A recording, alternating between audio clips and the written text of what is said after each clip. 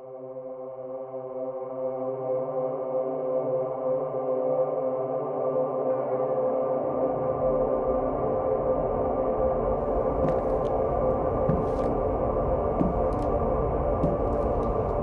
must choose. One of these doors leads to heaven, the other to hell. Choose wisely. Huh? I was just looking for the restroom. Huh? It's over there.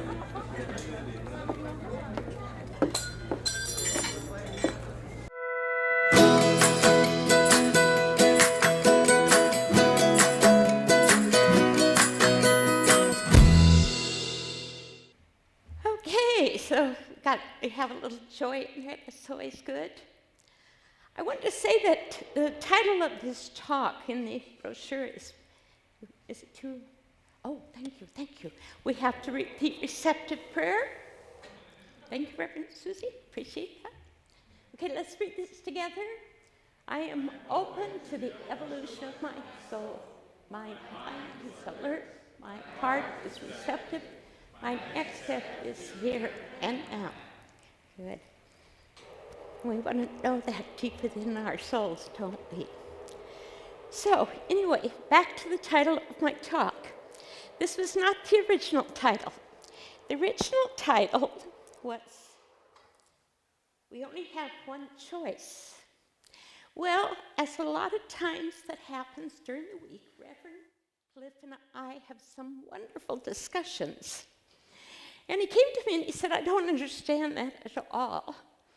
And then I proceeded to try to explain it, and I couldn't explain it, so I said, change the title. Because we learned something in our public speaking classes that we took. Don't ever let a title get in the way of a talk. However, as I was getting into the car this morning, I realized that was a confusing title, because it sounds like we only have one choice.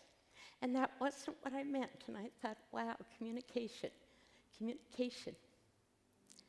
My title, what I want it to be, is there's only one choice we have to make. Now that makes sort of a little difference here, doesn't it? And when I'm going to talk about this one choice we have to make, doesn't mean we don't make it several times in our life, or at least in mine. I'm going to share my story. But it reminded me, when I was thinking of what I wanted to talk about this week, of a time in my life, and I was a practitioner. And I'd come into this teaching, so frankly, guys, I sometimes wonder how I got to be a practitioner, because I've learned so much more since that time. And I was going through a sad part of my life, a divorce, a second divorce, and I can remember exactly where I was. And I had placed calls into UNT and into the religious science prayer time. I was in a really, really sad place. And I said to myself, I don't like the idea that I might have created this horrible situation. I'm going to throw out this teaching. I don't like it. I thought, well, where am I going now? You know, I've already had Christianity, and I've studied some of the religions. And I thought, well, the only other choice I had was to be a bouncing ball. And I was in this room, and I pictured myself bouncing off the walls. And I thought, well, I didn't want to live that way either. That doesn't sound like a good way to live. So I remember making that decision that this was my choice of a belief system that I wanted to live. Now, I've made that choice several times in my life. Of course, being born into a traditional Christian family, my choice, because I knew no other, was Christianity. And that worked good. That worked good until I was probably in my late 20s, actually. Went to church. I was a Sunday school teacher. I had my kids baptized. I did all the things, and I prayed. I prayed a lot to that God in the sky in the white robe. And I was looking back thinking, how was I to live my life? And I think it was to be good. that word always came up for me, to be good. Now, what was my definition of good? Not to sass my mother. Like I said, I must have done that a lot. To get good grades. To not get pregnant until I got married. Remember, we didn't have birth control back then. To have some kids, to get married, have a white picket fence, work my husband through college so he could have his degree, and be a good mother and wife. So when that fell apart, and my prayers didn't seem to be answered, I sort of just went out and said, oh, well, there's nothing out there, I don't know what. And I came across this 12-step program. And you know, my belief system has changed a little bit, but boy, that's a good program. Tell you, I think it saved my life at that time. And it was about surrendering to a God out there. And I said to my sponsor, I don't believe in God, so what am I going to do now? And she said, well, believe in a tree. So during that time, that was sort of the way I lived, and met a lot of interesting people, and found out I had been raised in a very, very sheltered life. I didn't know half the stuff that was going on out in the world. So that was good. And then after a while, I found I needed something else. So each of these steps, like I said, that's the one choice. That's when I think of making a choice. I made a choice as to a belief system that I wanted to live by. First, Christianity. You know, there was a little few in between, but I'd say those are the basic 12 steps programs, which I think are wonderful, still are, saved many lives. But I was reading Shirley MacLaine's book. I've heard other people said she was the one that finally got us to here, and I was unhappy again. You know, I saw a pattern here. Having started the empty nest, you know, my kids were getting older and leaving home, and a second marriage. And I remember reading about taking responsibility and creating your life. Somehow that hit me as the truth. Somehow I said to myself, I can't accept that. However, if I accept that means I'm not creating a very happy life for myself, so I need to study this more. So that's when I came into religious science and became a practitioner and had that one thing where I almost threw it all out. So that's been probably 30 years. But that is what I'm talking about. It's the one choice we have to make. And for me, I only talk about myself, it's very important. Because I ask myself a question a lot of times. Well, what do you believe? What do you believe? I ask that a lot because I know I have chosen to believe the basics of the science of my teaching. And all of you know how much I love it. I love this teaching. It isn't that I'm not open to reading about other teachings, but when I read them, I oftentimes say, does this go along with what I believe? Which more and more I'm proving to myself as I mature and go into my final years and stuff. I'm learning more and more about the demonstrations that are happening. How I create, how I want to look at things. How I get to choose. Do I want to be happy or do I want to be miserable? I get to choose those. Those are choices that we make beyond the one choice. What belief system that works for me? What belief system do I want to base my life on? And there's several. And you don't have to do this one. It's just one out there. But I know for me, this to me answers almost every question I ask about my life. So, what does this teaching teach? Most of us know it here. And I know I talk about this every time. Someone said that a minister's issue is they have to talk about the same subject 52 times a year. Because what do we teach? There's only one. It's love. We're the creators and we're responsible for our lives. First 4 chapters of the Science of Mind textbooks, you've got it all. And you could look at me and say, well, you know, you don't have everything. That's true, because I'm still working on it. I'm still working on that. I know that I'm in prosperity all the time. Not some of the time, but all of the time. That I'm in good health all of the time. That I have loving relationships all of the time. And there goes my Brooke. Okay, got that? I move my head too much, I guess. Okay. Glasses on the outside, she told me. Should I use the mic? No, this is so much better for my voice. Thank you, Michael. Yes, thank you.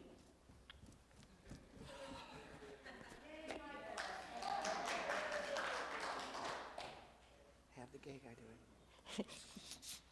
Do you want that announced? Here you go. Oops. Oops.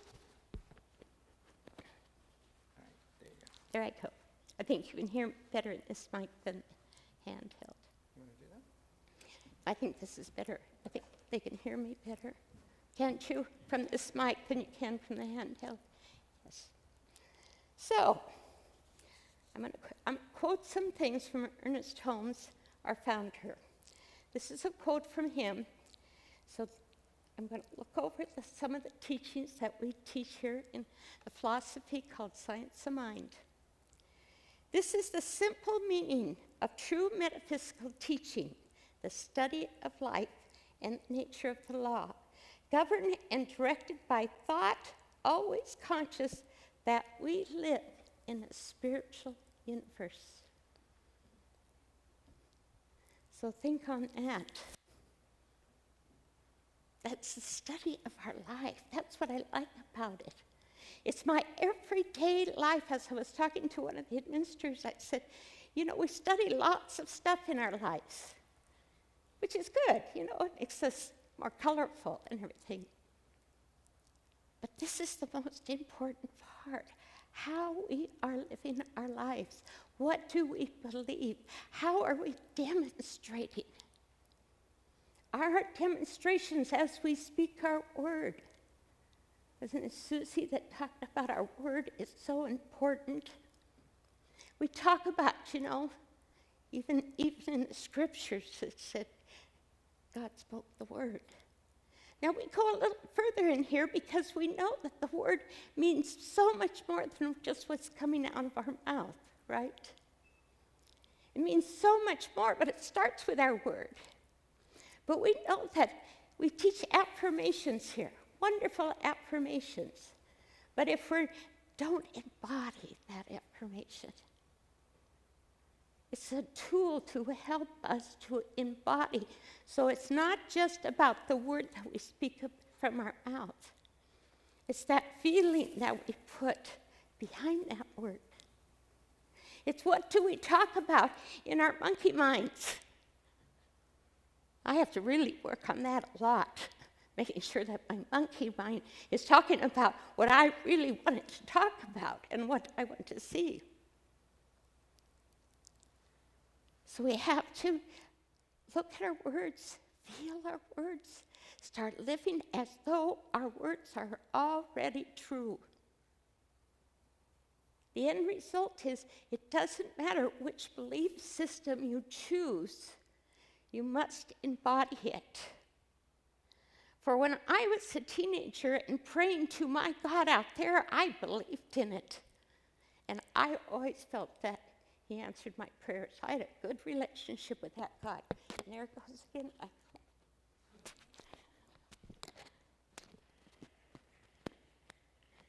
Sorry.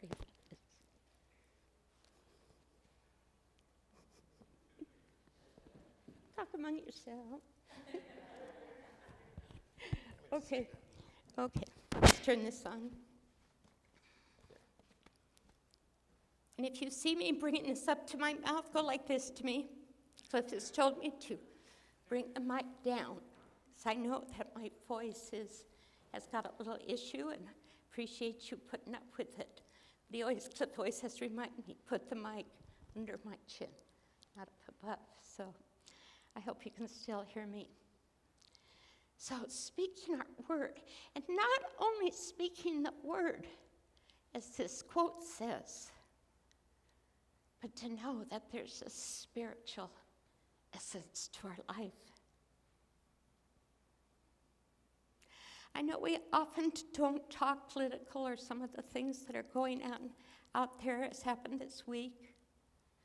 We have to believe that there's a spiritual component to everything. We have to really know that and believe it and speak it and know that there's only one, and that one is love, and it encompasses everything. See, this is the belief system that I believe in because I've seen it work in my life and in other people's lives. That's why I have chosen this belief system to work with, to live by, and to do my best to act as if I believe in it. So that's the first thing, is to really know that we live in a spiritual world. And this is about our life. This is not just something we come to work on Sunday or when we're in class, it makes it so easy. And meditation, I can listen to Al Sid's meditation. Oh, I feel so good. No, it's when I live in Hollywood, the horns honk down there. So I have to keep that peace, even when they might be honking at me. I have to keep my peace.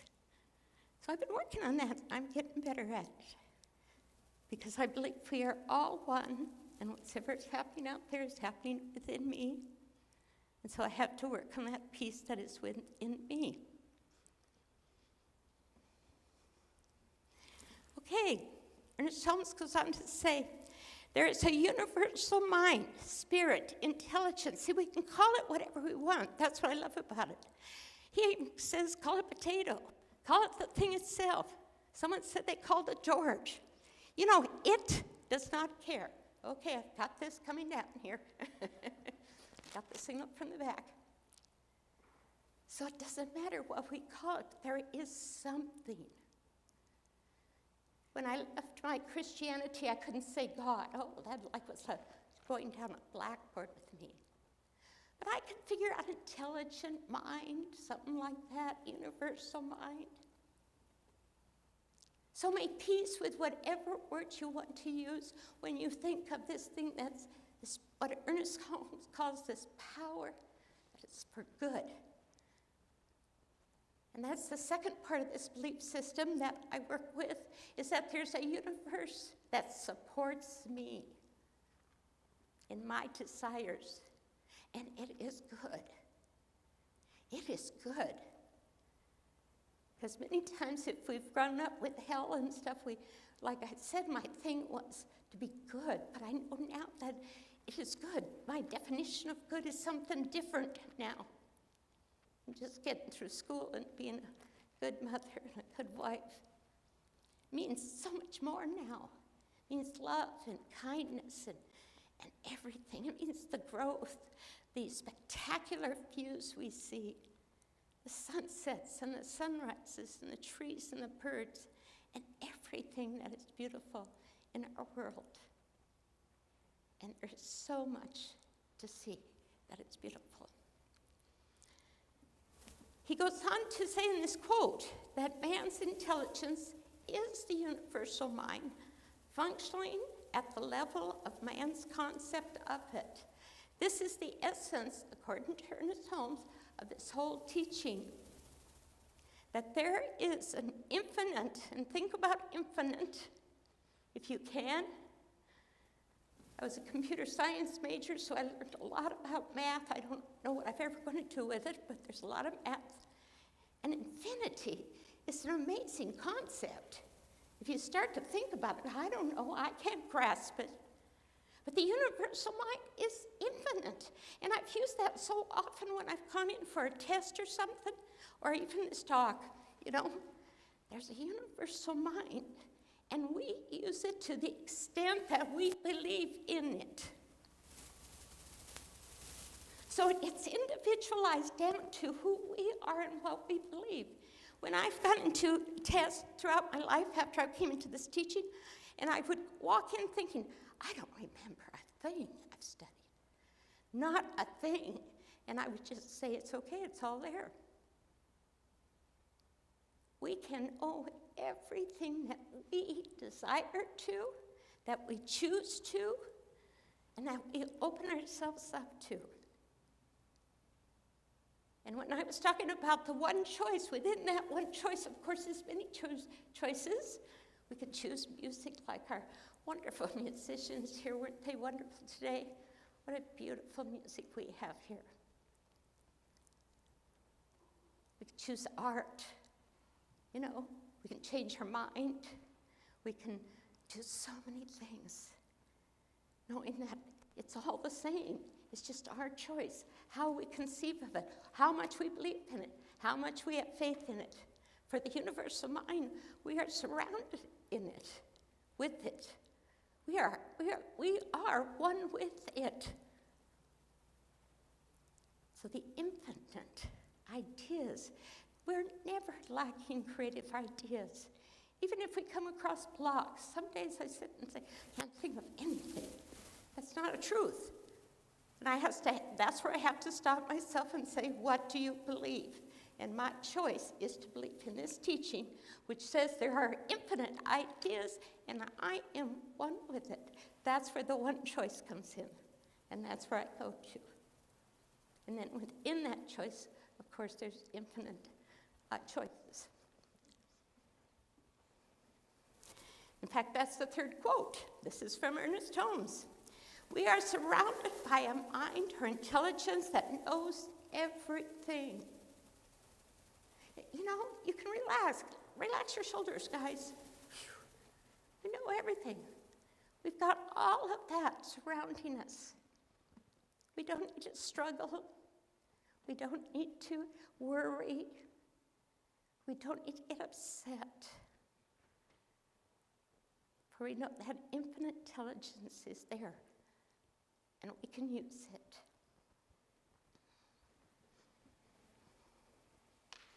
And I like this from Ernest Holmes because, of course, being a student, and I love to learn and to, I jumped right into classes when I came into this teaching, went right ahead, got my practitioner, and then went up to the ministry. So I love to study, but I love this quote, and I've quoted it before. One of the great difficulties in the new order of thought is that we like to indulge in too much theory and too little practice. As a matter of fact, we only know as much as we can prove by actual demonstration. And that's the most important thing that I do right now, is to look at my life, to accept the responsibility for what I am demonstrating, and knowing that I get to create a new life out here. Now, is it like that? No, it doesn't come as a step for me. Sometimes it isn't that, though. More and more, I am finding it's coming immediately when I speak my word. But the more important things are taking a little while. But I know that I have chosen to believe in this belief system because I've seen it work in my life already for the good. So I know that there are beliefs in my subconscious that I don't know are there, that I have to uncover, and it's a good place to uncover it in a spiritual community, in class where we have such wonderful discussions.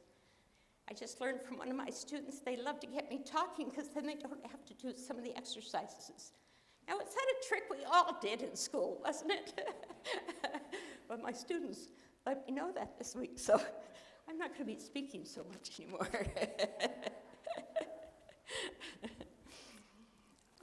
So the title of my original talk was, We Only Have One Choice. Oh, watch the clocks. Yeah, I've got wonderful buddies back there that are helping me. We only have one choice, but I realize now that does not make sense.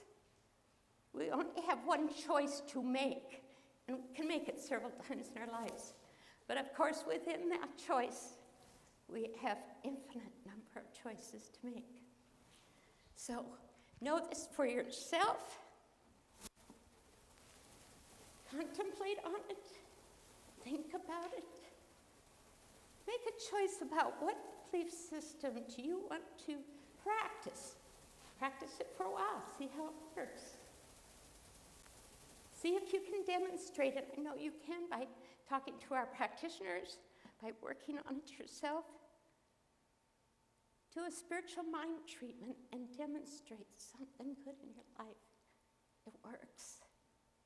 And so it is.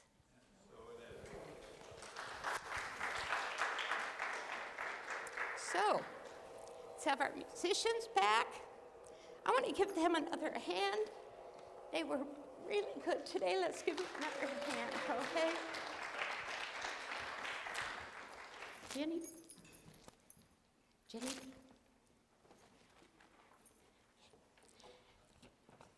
So now comes the time for our giving, our basket. Put the money in your hand, don't wrinkle it up. Spread it out, know that it's good, and that it's going toward good. And you're just going to speak during your treatment. Move on from here. So join me in the affirmation, please. God is the source of all supply. Money is God in action. What we give, we receive, multiplied abundantly. All that God is, I am.